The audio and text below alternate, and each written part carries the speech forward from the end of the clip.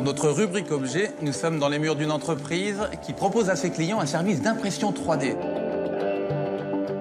Fabriquer des objets réels à partir d'un modèle informatique est une petite révolution car aujourd'hui, loin d'être réservée aux industriels et aux spécialistes, l'impression 3D est en train de devenir accessible à tout le monde et ça, vous allez le voir, ça change la donne.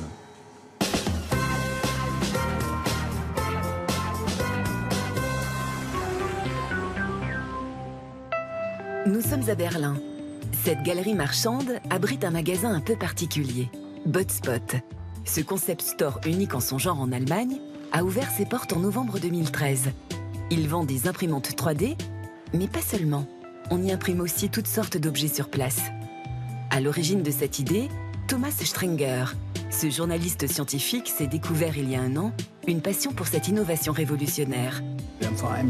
Lorsque j'ai découvert cette technique de l'impression 3D, j'étais tellement enthousiaste à l'idée qu'on pouvait tout d'un coup avoir dans la main un outil qui permet de construire des objets très compliqués, que je me suis dit, il faut ouvrir un magasin pour pouvoir montrer aux gens comment ça marche. En effet, le terme imprimante peut induire en erreur. Imprimer en 3D revient en fait à fabriquer un objet d'un seul tenant, en superposant des couches de matière. On parle de fabrication additive. Les imprimantes que vend Botspot fonctionnent presque toutes selon le même système. L'impression par dépôt de matière fondue. Ici, c'est du plastique. Nous imprimons ici la lampe d'un designer. Le principe est toujours le même pour ce type d'imprimante. Le matériel qui est délivré par ici est le fameux filament. C'est un plastique qui est donc conduit par ce tuyau jusque dans cette tête. Et vous voyez derrière, il y a un petit radiateur qui chauffe jusqu'à 220 degrés. Cela ramollit le plastique qui devient presque liquide. Et là-dessous, il y a une toute petite tuyère de 0,04 mm de diamètre.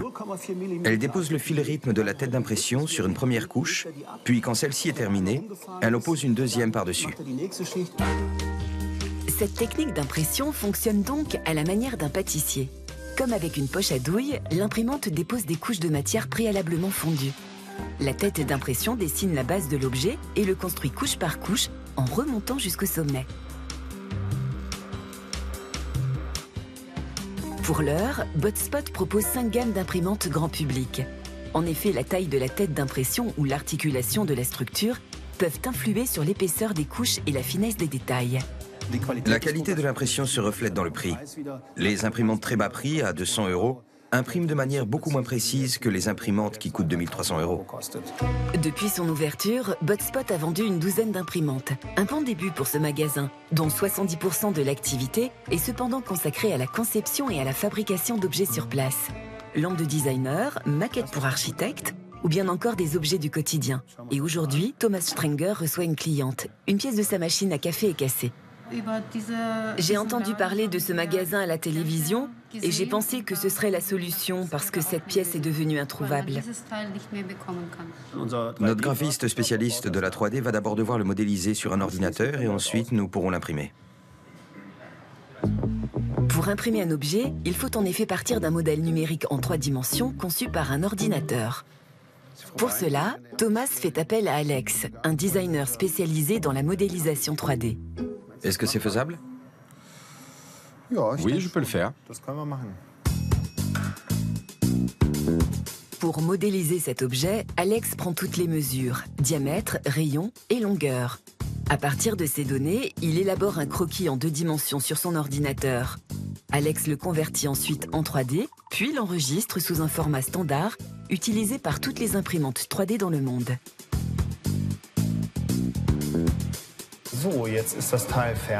Voilà, la pièce est terminée. Pour l'imprimer, nous devons encore la décomposer en plusieurs couches. Ce programme le fait automatiquement. On a là en tout 96 couches. Et je remonte progressivement. Si ce fichier numérique est un prérequis indispensable à l'impression d'un objet 3D, il existe aujourd'hui 3 méthodes pour se le procurer. Des sites internet, avec des modèles prêts à imprimer, un scanner 3D qui numérise l'objet directement en 3 dimensions, ou pour les plus doués comme Alex, la conception sur mesure. L'ordinateur codifie la position et la forme de l'objet, et toutes ces informations sont envoyées à l'imprimante qui peut alors le fabriquer.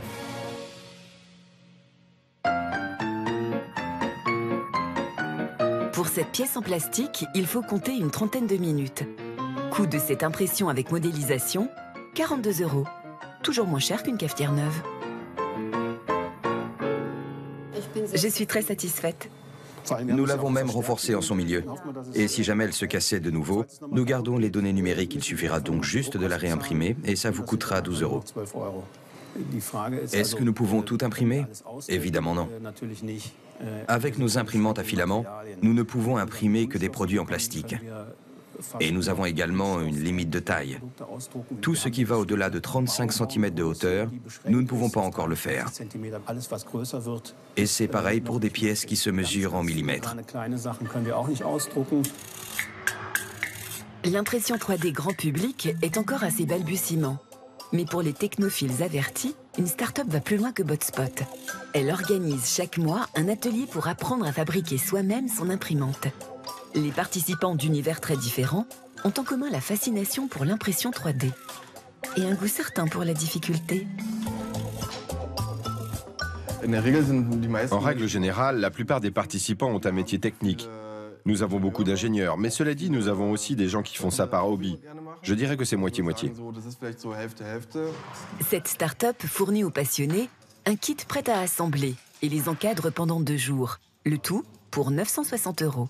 Un avantage à la fois économique et pratique pour Mathias. Technicien en téléphonie, il voit dans cet atelier l'occasion de s'approprier cette innovation pour ses loisirs. Participer à ce workshop me permet d'acquérir tout le savoir technique. Du coup, je sais comment cela fonctionne et je peux mieux m'en servir. Dans mon métier, je construis des antennes, je mets en marche des réseaux téléphoniques. Il y a 1 an, j'ai vu pour la première fois une imprimante 3D. Je me suis dit, ce serait bien de pouvoir se créer ses propres pièces. Une fois les différentes pièces assemblées, place aux essais. Les participants s'initient aux logiciels informatiques pour créer leur fichier 3D. L'imprimante va-t-elle vraiment fonctionner ?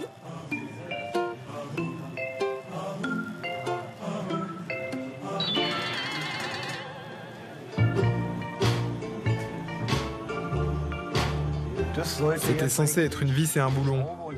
Cela n'a pas vraiment marché, mais bon, on est sur la bonne voie.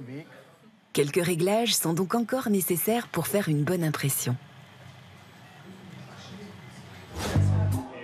Loin de ces férus de technologie, c'est avec un autre procédé que Botspot propose à ses clients une impression des plus ludiques. Une petite figurine à son effigie pour 200 €. Avant d'imprimer ses répliques, passage au scanner obligatoire. Ici, 64 appareils photo mitraillent la silhouette. L'image traitée par ordinateur est envoyée à l'imprimante.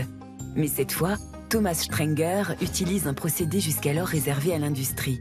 L'impression par liège de poudre. La matière brute est une poudre de plâtre.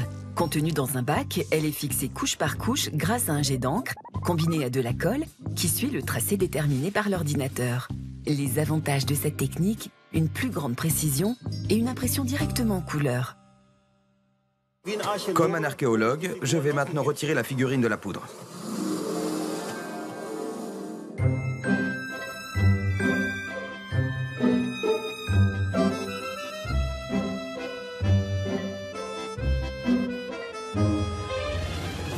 Contrairement aux apparences, elle est en couleur. La figurine doit encore être nettoyée. Elle est recouverte de poudre, donc il faut la dépoussiérer. Et la voilà qui a retrouvé toutes ses couleurs. Eh bien, voilà la figurine.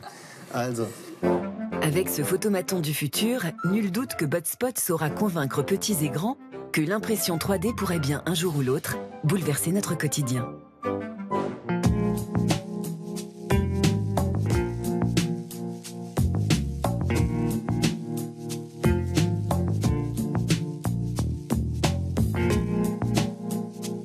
Nous sommes maintenant dans la salle qui sert à scanner les gens et je suis en compagnie de Petra Fasterman. Bonjour. Bonjour. Vous avez écrit plusieurs livres sur l'impression 3D. Alors, pouvez-vous me dire s'il est vraiment possible de tout imprimer? Oui, on peut bel et bien tout imprimer. Et le champ des possibles s'élargira encore à l'avenir.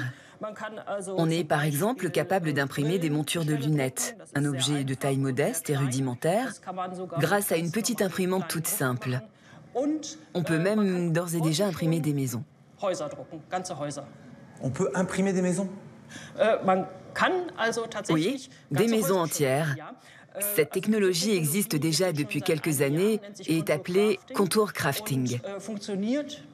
Elle fonctionne comme un système d'impression 3D normal, si ce n'est qu'elle nécessite une imprimante 3D géante de dimension supérieure à celle du bâtiment, cela va de soi. Mais le principe est le même. On envoie les données à l'imprimante 3D qui construit une maison entière grâce à un jet de béton et en seulement 24 heures. À terme, est-ce que vous pensez que chacun aura une imprimante à domicile, une imprimante 3D ? Je ne crois pas qu'à l'avenir, chacun possédera sa propre imprimante 3D, même si cela se démocratisera. J'imagine en revanche que de plus en plus de fabricants se spécialiseront dans la confection personnalisée. Vous pourrez par exemple commander sur Internet des baskets sur mesure qui seront imprimées en fonction des paramètres que vous aurez spécifiés et vous seront ensuite livrés. De la customisation de masse, si je puis dire. Si on veut une figurine à son effigie, est-ce qu'on est obligé de venir dans une salle de scan comme ça ? Pas forcément. Non, il ne sera pas forcément nécessaire de se rendre dans une salle de scan pour cela. Diverses alternatives existent dans le cadre privé, comme les scanners manuels. Ou bien encore, des applications de scan pour téléphone mobile que vous pouvez télécharger afin de vous modéliser et d'imprimer une figurine à votre effigie. La qualité est moindre, bien entendu, mais c'est une possibilité. Les internautes ont bien compris l'intérêt de cette technologie puisque certains d'entre eux ont monté des entreprises et ils vendent les objets qu'ils produisent avec leur propre imprimante 3D. L'imprimante 3D passionne les communautés web et les entrepreneurs ingénieux. À San Francisco, la start-up Pirate 3D a lancé en mai 2013 son propre modèle d'imprimante 3D pour les particuliers. Pour qu'il soit le moins cher, il a fait appel à la plateforme participative Kickstarter. Les premières commandes seront livrées au printemps 2014 pour un prix bas. D'autres startups se sont spécialisées dans la modélisation 3D des objets à imprimer. Makeys Lab, basé en Californie, propose ainsi aux enfants de concevoir, grâce à une application, la poupée de leurs rêves avant de l'imprimer sur mesure. Le fait de pouvoir répliquer des objets comme ça, est-ce que ça ne pose pas un problème de propriété intellectuelle, de copyright ? Oui, en Allemagne, la notion de droit d'auteur est rigoureusement appliquée. Et bien entendu, un problème se pose dès lors que les modèles d'impression sont mis en ligne et peuvent être copiés. Pour l'heure, les choses restent floues et on attend, à vrai dire, les premiers gros cas qui feront jurisprudence. Par sécurité, mieux vaut donc se cantonner à imprimer dans un cadre privé, car dès que l'on tombe dans le domaine commercial, les choses peuvent devenir bien plus dangereuses. Petra, merci infiniment d'avoir répondu à nos questions. C'est moi qui vous remercie. Et vous pouvez réagir sur ce sujet en utilisant le hashtag de FuturMag.